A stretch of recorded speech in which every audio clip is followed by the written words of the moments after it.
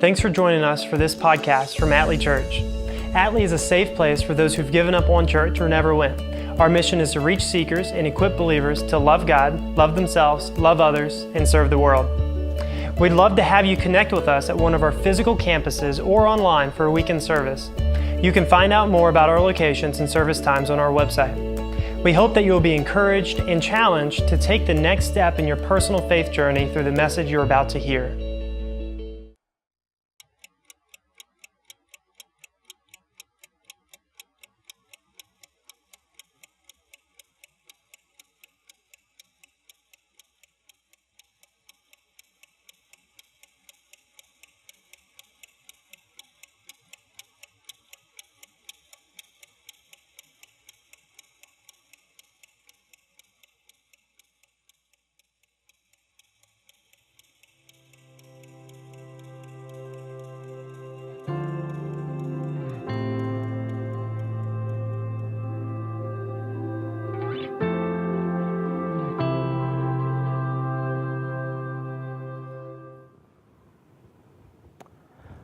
Well, recently, there was a pastor leading a funeral service for a man that was in his congregation.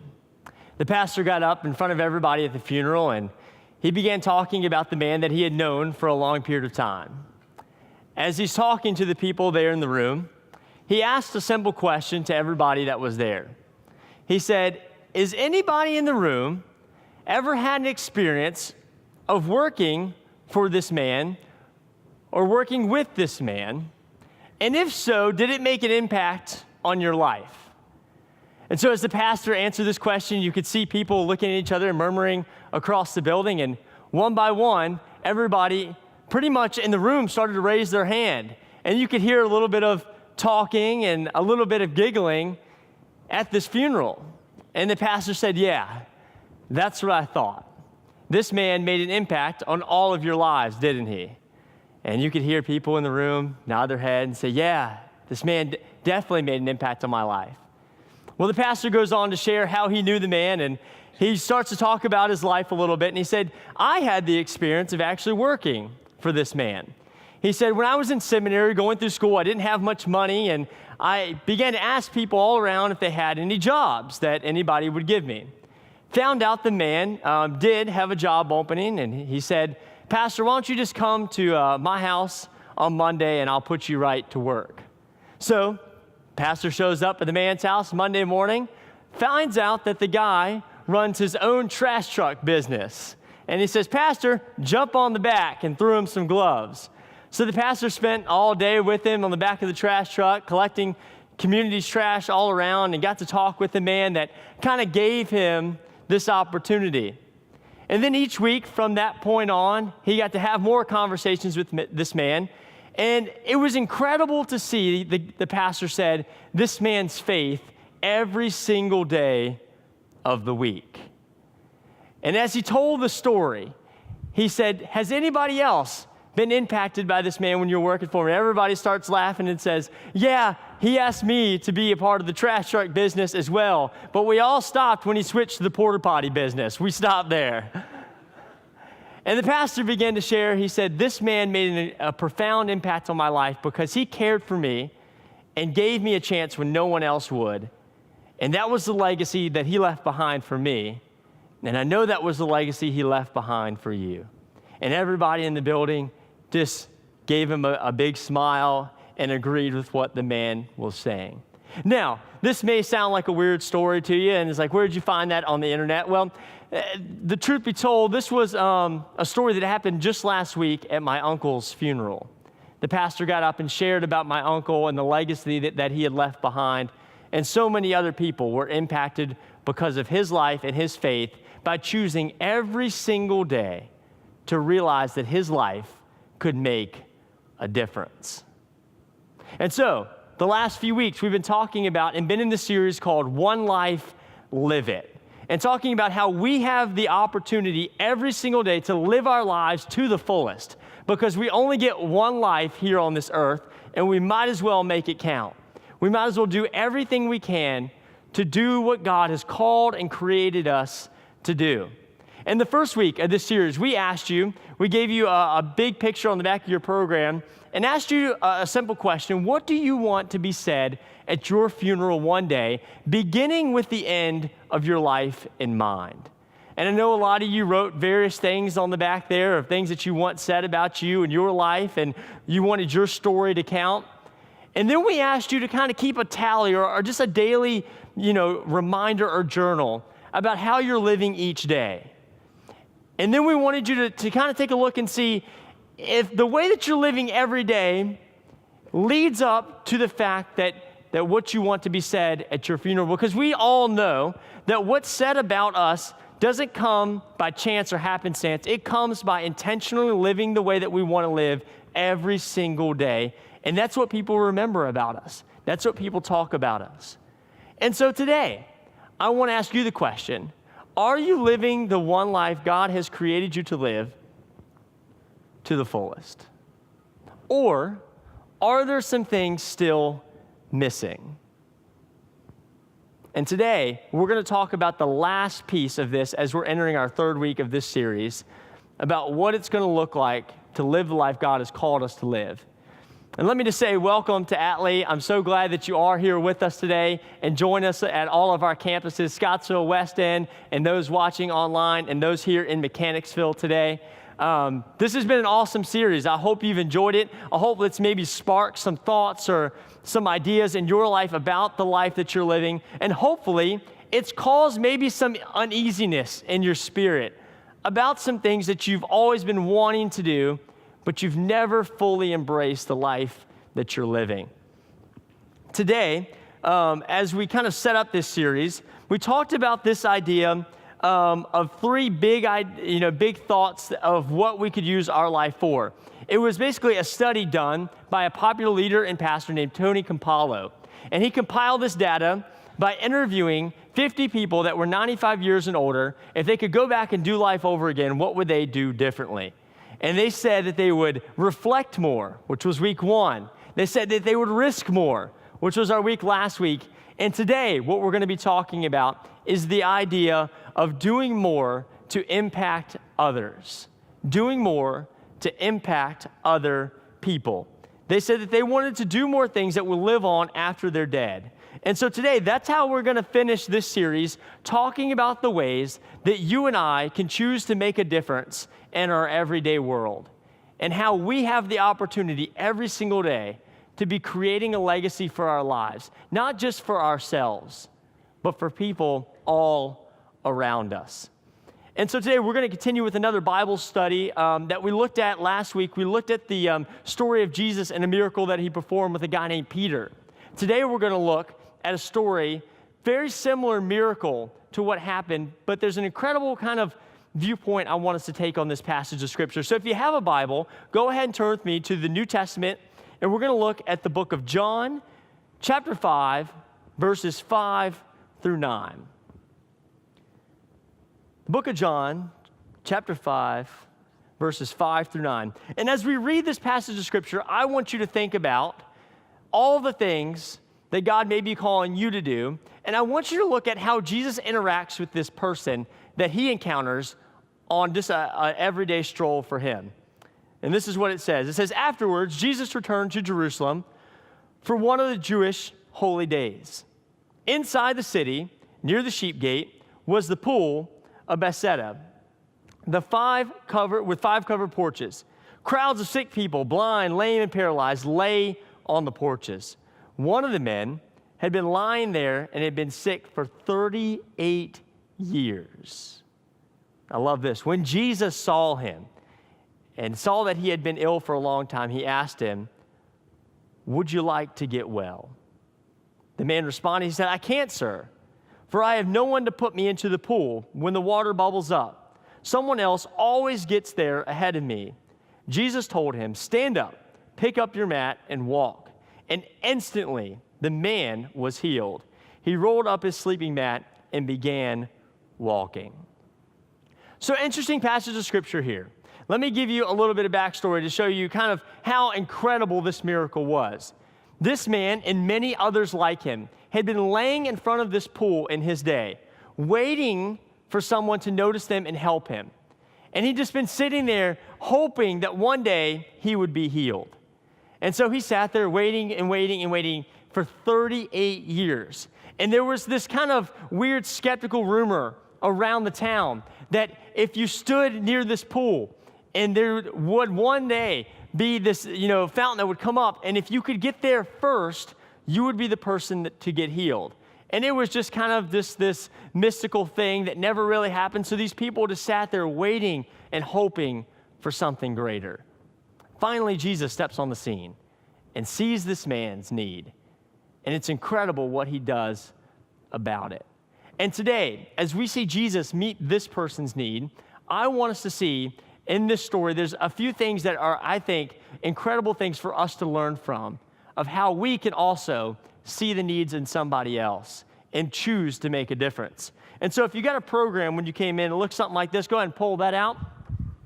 And here's some big thoughts I want to give you this morning when it comes to this idea of impacting someone else's life. This is the first thing I see Jesus do in this passage, and I think it should help us as well. The first thing Jesus did was he took time to see the needs around him. So number one, take time to see the needs around you. Take time to see the needs around you. The passage that we just read said, the man had been laying there sick for 38 years when Jesus saw, everybody say saw. Just making sure you're paying attention. Saw him, and he knew he had been ill for a long time. So Jesus, Son of God, right, was walking through town doing ministry. If you're the Son of God, you got a lot going on, right? Like your schedule's probably pretty packed. You got, a lot in your day that you're trying to accomplish. Like you've been sent by God on a mission, so you don't want to get distracted. But as Jesus is walking through this town, he sees this pool, and not only does he see this pool of all of these people, he sees this one man's need. And he doesn't just walk past him. He doesn't just ignore it. He sees the man. And you can imagine the reaction on this guy's face if he'd been ignored for 38 years and somebody finally gave him the time of day. What kind of impact do you think that would have on his life? He saw this person, and he saw him for who he really was. How many of us know that this could probably happen every single day in our world? Do you guys know some people in need around you? I know I do. I know there's plenty of people every single day in my world. But I know just as well as you do that, we get busy and we get our, all our schedules and, and we got all these things going on that we forget sometimes just to look around and to see people as people again. Because sometimes all we really see is ourselves. Because all we're focused on is us. And today, what I want to challenge us to think about and to look at the story just with a little bit different view is to realize that there's people out there that we have yet to see. There's people out there that we have yet to give the time of day to. And Jesus encourages us and shows us by example what can happen if we choose to see people around us differently again. We walk right past the need. We get so busy, we get so narrow focused that we forget about the needs around us. I heard this statement one time to kind of help put this in perspective. Someone says, I think all of us sometimes need to live life a little more interrupted. Instead of just doing our thing and focused on what we want to do, what if we were to let people interrupt our day a little more? And allow people the opportunity to have our time, to maybe have our talents, maybe to have just a listening ear. What would that do to people around us? I know you probably can think of somebody right now that you walked past this week that could have used some help. I know I can think of plenty. But for us, if we're really going to live the type of legacy that we want to live, if we want people to really talk about us at our funeral, it won't be because of the things that we continue just to ignore. It'll be because of the things that we chose to embrace. And today, there's some people around us that need us. to embrace them? And how can we choose to see the needs around us differently? I love this passage in Hebrews 13:16. It tells us this. It says, "Do not neglect to do good and share what you have, for such sacrifices are pleasing to God." I love that first part, do not neglect. And I think a lot of us, when we get so busy and wrapped up in our own world, we neglect the needs of other people. And we focus just on our needs and what we want, instead of focusing on the things around us. So how can you choose today to not neglect to do good anymore, to actually share your time with somebody else? Because we have to first see people for who they are. The second big thing I see Jesus do in this passage of Scripture on the back of your program is this, is that Jesus took time to make others a priority, to make others a priority. In the passage we read, the man said, "I have no one to put me in the pool when the water bubbles up. Someone else always gets there ahead of me." I think a lot of people, whether we realize it or not, live like Ricky Bobby from Talladega Nights. I don't know if you ever remember this phrase, if you ain't first, you're last. Yeah, some people have seen the movie. If you ain't first, you're last. And I think a lot of people live our lives like this, don't we? Like, it's all about us, me, what I can get out of it, if I can get in the line first, if I can get out of the line first, it's about us. But we see Jesus flip the script on us a little bit and tells us that the last shall be first. And this poor man had been last for a very long time. No one had noticed him. He said, "Someone is always ahead of me." Most of the times in our lives, we really do want to help people. But the thing is that me and you, we never make other people our priority. We make ourselves the priority. And how are we supposed to live a legacy if most of our lives are spent on us? I don't know about you, but at the end of my life, I don't want people to say, "Man, he did a good job, working on himself and doing things for himself and helping out himself." Most people will show up to a funeral because of the impact that that person had on their lives, not just their own individuals. And so today, how can we choose to make other people a priority again, and not just ourselves all the time? I love this quote from Erwin McManus. It's a book I've been reading in kind of preparation for this series called The Last Arrow. If you ever get a chance to read it, incredible book. And here's what he says. I love this. He says, "The tragedy of life that is never fully lived is not simply the loss of that one life." He says this, "The tragedy is the endless number of lives that would have been forever changed if we had chosen to live differently." If we had chosen to live differently. So it's not just our lives that we're living a legacy for, it's the people behind us, it's people around us. And so when we choose to change ourselves and make other people our priority, there's no telling the difference that we can make in their lives. And it doesn't have to be this big extravagant thing sometimes. Sometimes it's just offering yourselves to help somebody else. A lot of us, we make so many things a priority, our jobs, our this, our that, or that, or this, and forget about that there's other people around us that really could use us. And I think sometimes we notice it. I think sometimes we feel like there's something maybe missing in our lives when we're just living it for ourselves. Because maybe we know that we were created to live differently than that. That this life isn't just for our gain. It's to be a blessing to other people as well. Because guess what? You don't leave a legacy by focusing on you. You leave a legacy by what you're willing to sacrifice for others. Let me repeat that. You don't leave a legacy by focusing on you. You leave a legacy by what you're willing to sacrifice to help other people. And this weekend, it was awesome. I got a chance to kind of be a part of that and do that. there was a family in need in our Scottsville community that approached us about their house. It had gotten really bad. All the rain had kind of seeped to the top of their house and just dripped in all the walls and destroyed so many rooms in their house. And so I talked to our mission coordinator here at Atlee, Tommy Davis, about coming down and helping out with the house. And he brought an incredible team called Resurrection Disaster Relief down to be a part of helping with this house project.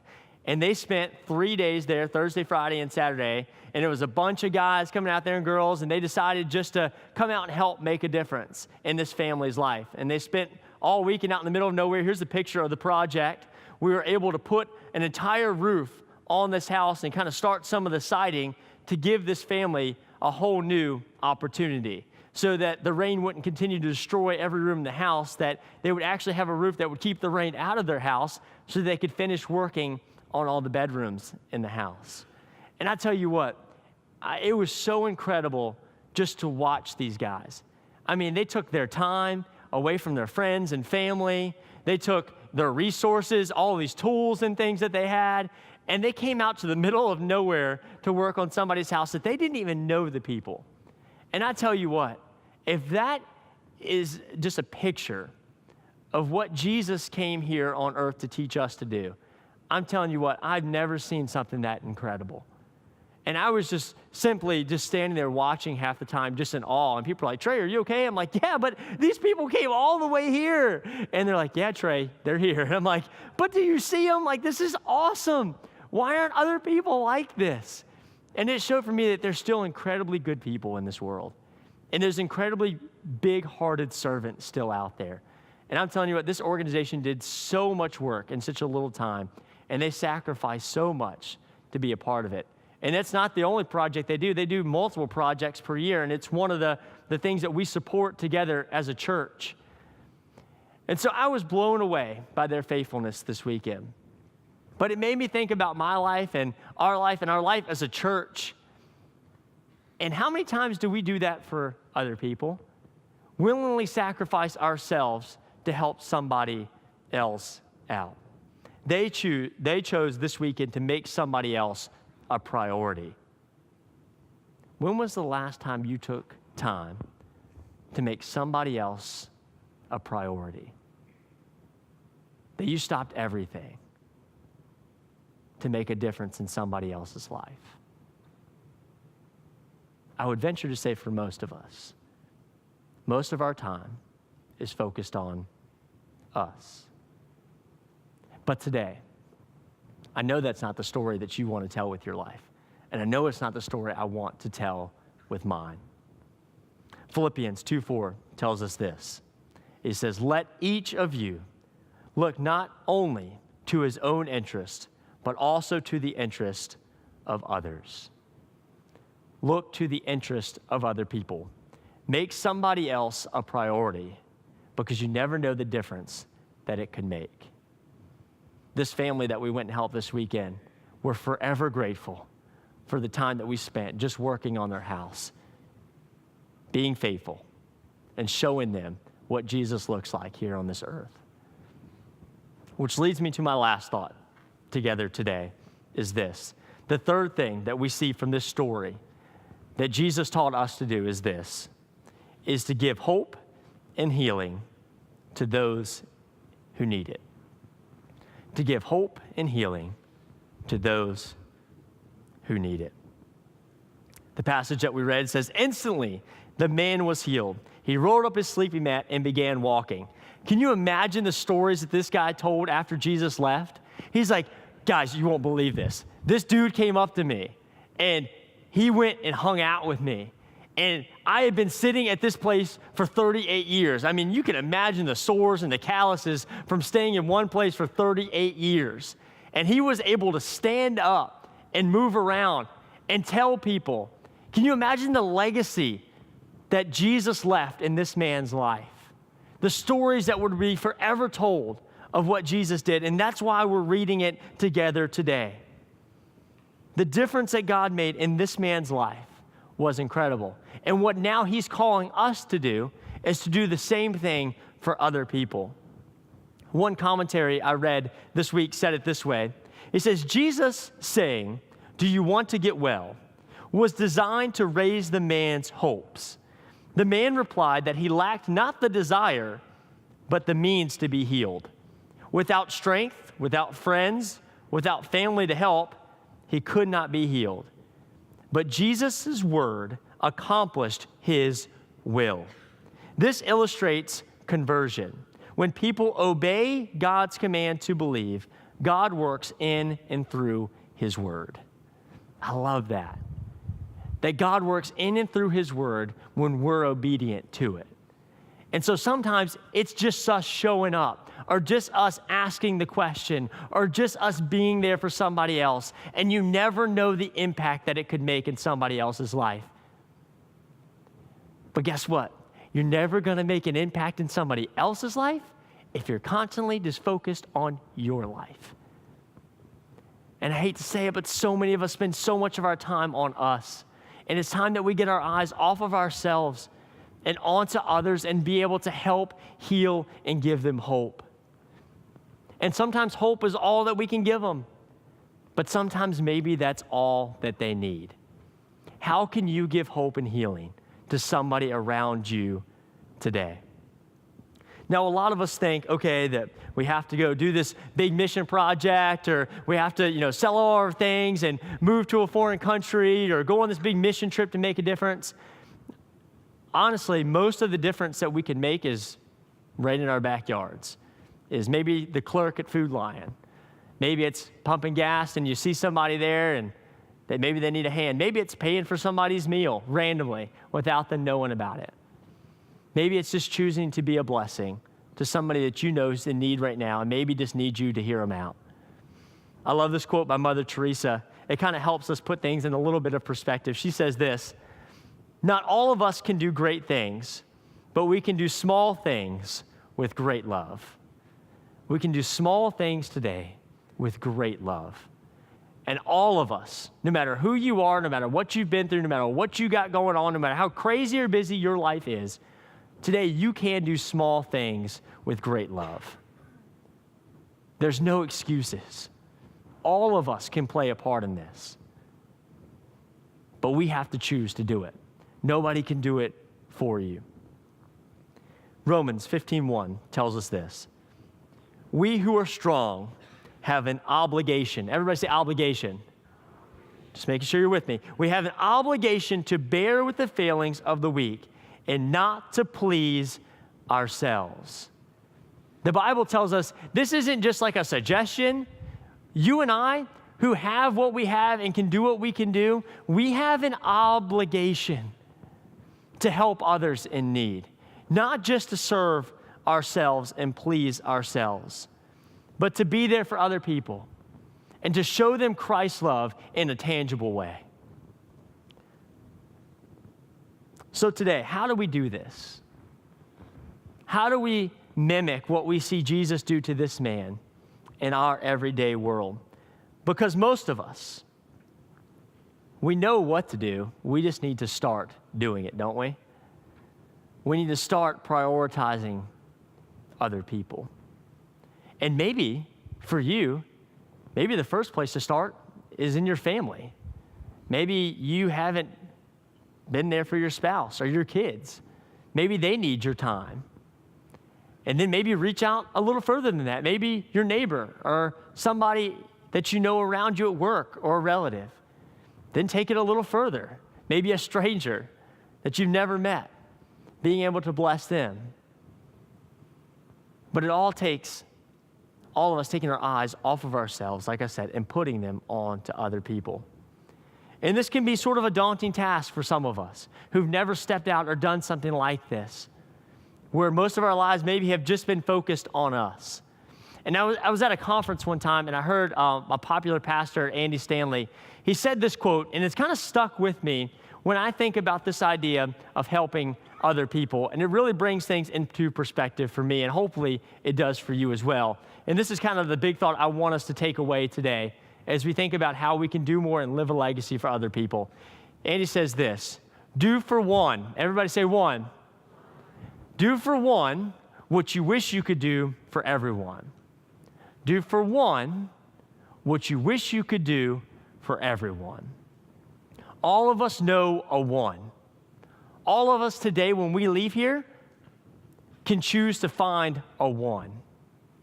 And my question is, how are you going to make a difference in that one person's life when you leave here today? Or are you just going to continue to focus on yourself and do your own thing? And that's your choice. But when you get to the end of your life, is that the story you really want to tell? Because most of us, we want people at our funerals sharing incredible things that we did for them, how we impacted their life, how we made a difference, how we lived for others. But that doesn't come by happenstance. That comes by choosing every single day to be intentional with the lives that we have and knowing how blessed we are so that we then can be a blessing to somebody else. But it's never going to happen if all you do is continue to live for yourself. There's so many incredible examples of people that do this every single week.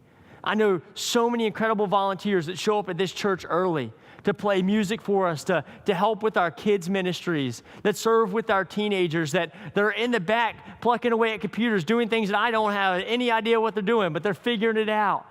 And they're serving and they're doing.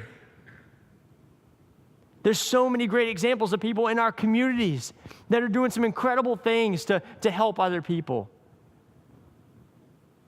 But like the song that we said in the beginning, too many of us are looking at everybody else and we're just waiting on the world to change. Today, let's be a part of changing the world. Let's do for one what we wish we could do for everyone. And today, as we close out our time together, I want us to listen to a song, and it's actually called Do Something. And I want you to hear the lyrics in it, and I want you to see if they resonate with you. And I want you to think about in your life right now, who's the one person that God is calling you to make a difference in? And how are you today going to take your life, the one life that you have, and choose to do something about it? We hope this message will help you continue to explore, experience, and express God's grace and truth for your life. If Atlee Church is making a difference in your life, we'd love to hear from you. If you have any questions from this message, we'd love to talk to you. Email us at stories@atleechurch.org. Check out our website for more about our community, our ministries, and how you can financially support Atlee Church to help us continue to share messages like this one. If you haven't already, make sure to subscribe. We have links on our website, or you can search for us on iTunes to get this podcast every week. Thanks again, and hope to see you next Sunday.